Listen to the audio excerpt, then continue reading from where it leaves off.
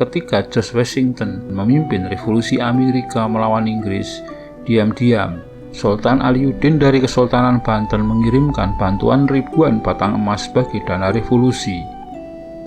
Dan kemudian Kesultanan Banten pula lah salah satu negara yang pertama kali mengakui kemerdekaan Amerika.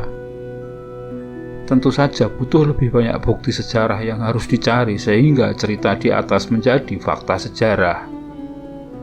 Memang kita bisa dengan mudah menemukan kisah-kisah menarik dari cara orang-orang atau moyang kita hidup di masa lalu. Sebagian memang fakta sejarah tak terbantah, sebagian lain adalah kisah-kisah yang butuh pembuktian lebih lanjut, dan sebagian yang lain cuma mitos dan cerita rakyat semata. Semisal kisah menarik tentang asal-usul Kaisar Prancis Napoleon Bonaparte yang namanya melegenda. Bentuk tubuhnya yang kecil yang lebih mirip orang Asia daripada umumnya orang Eropa membuat munculnya spekulasi bahwa garis darahnya terhubung dengan dua bangsawan Makassar yang lari ke Prancis dan menjadi anak angkat Raja Louis ke-14.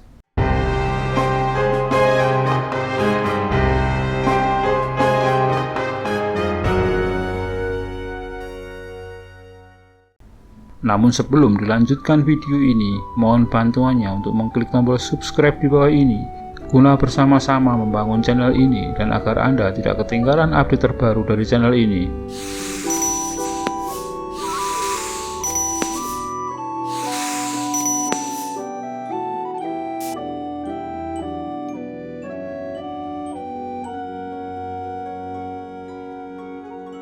Kisah ini dimulai pasca Perang Makassar atau Perang Mengkasar, yaitu perang besar yang terjadi antara Kesultanan Guatalo berhadapan dengan VOC Belanda yang bersekutu dengan Kerajaan Bone dan lain-lain. Kekalahan Kesultanan Guatalo menyebabkan banyak bangsawan Makassar memilih melarikan diri keluar dari wilayah Makassar. Para bangsawan itu menyebar ke Jawa hingga ke berbagai negara. Salah satunya adalah Daeng Mangale, yang merupakan salah satu keturunan Sultan Hasanuddin yang pergi mencari suaka ke negeri Siam atau Thailand.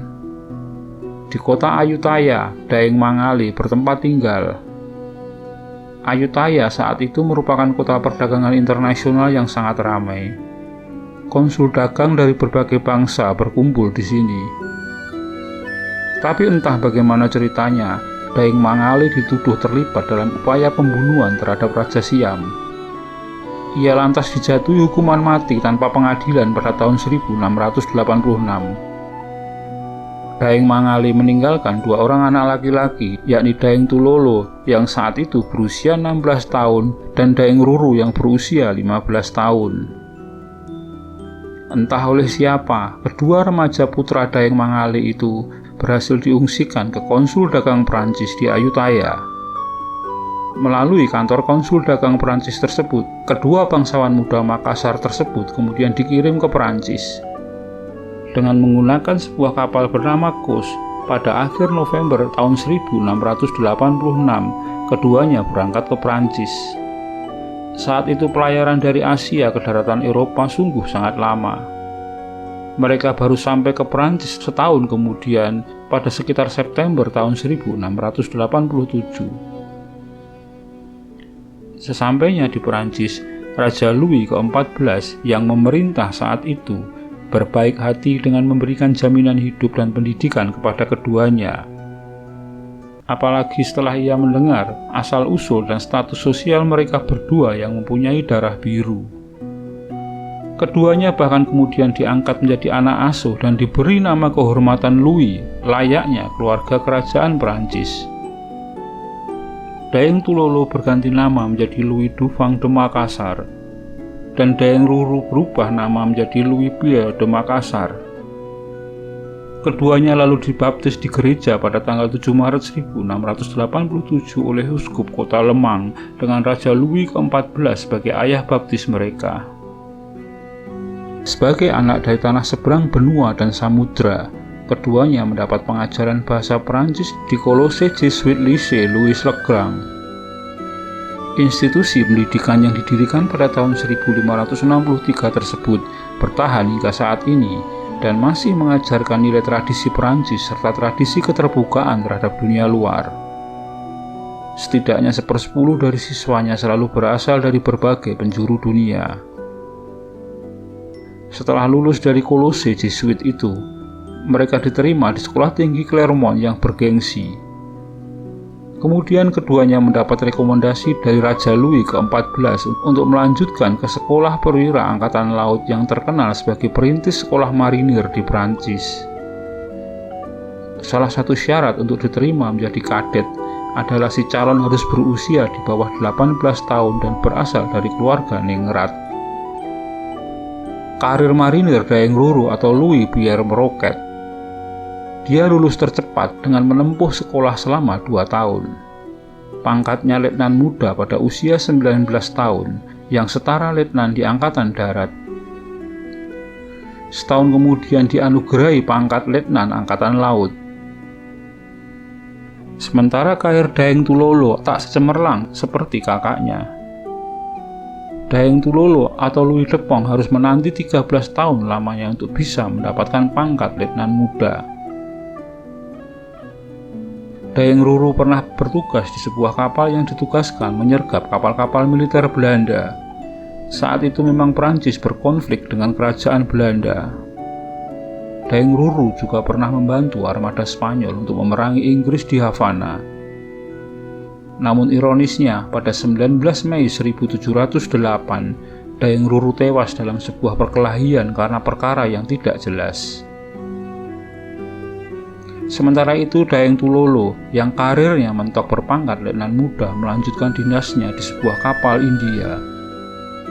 Dia wafat 30 November 1736. Beberapa kolega angkatan laut menghadiri penghormatan terakhir kepada Sang Louis Dupont Makassar itu.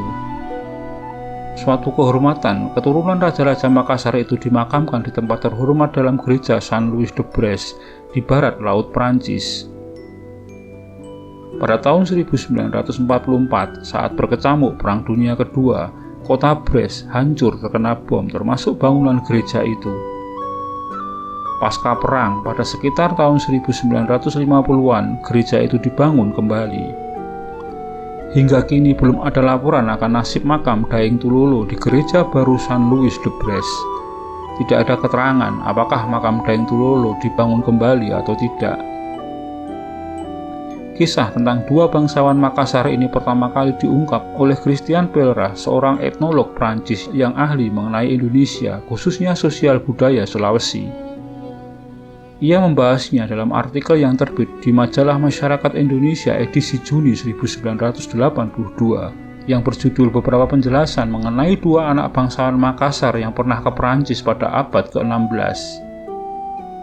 Kemudian Pelleras menuliskannya juga di Jurnal Archipel edisi 1997. Kemudian sejarawan Bernard Dorlean mengulang temuan pendiang Pelleras dalam bukunya yang berjudul Orang Indonesia dan Orang Prancis dari abad ke-16 sampai dengan abad 20. Dengan data-data yang ada, S.M. Nur dalam novelnya yang berjudul Prahara Benteng Somba Opu mengulas tentang banyaknya pelarian para bangsawan Makassar termasuk Daeng Tulolo dan Daeng Ruru yang kemudian terhubung dengan sejarah asal-usul Napoleon Bonaparte, tokoh yang oleh Michael Hart dimasukkan sebagai salah satu dari 100 tokoh paling berpengaruh dalam peradaban dunia. Demikian kisah dua bangsawan asal tanah Daeng Makassar yang karena dibawa oleh perjalanan nasib terdampar hingga Perancis. Terima kasih Anda telah menyaksikan video ini hingga selesai. Semoga bermanfaat. Dan sekali lagi, jika Anda berkenan silakan subscribe, like, komen, dan share untuk teman-teman Anda.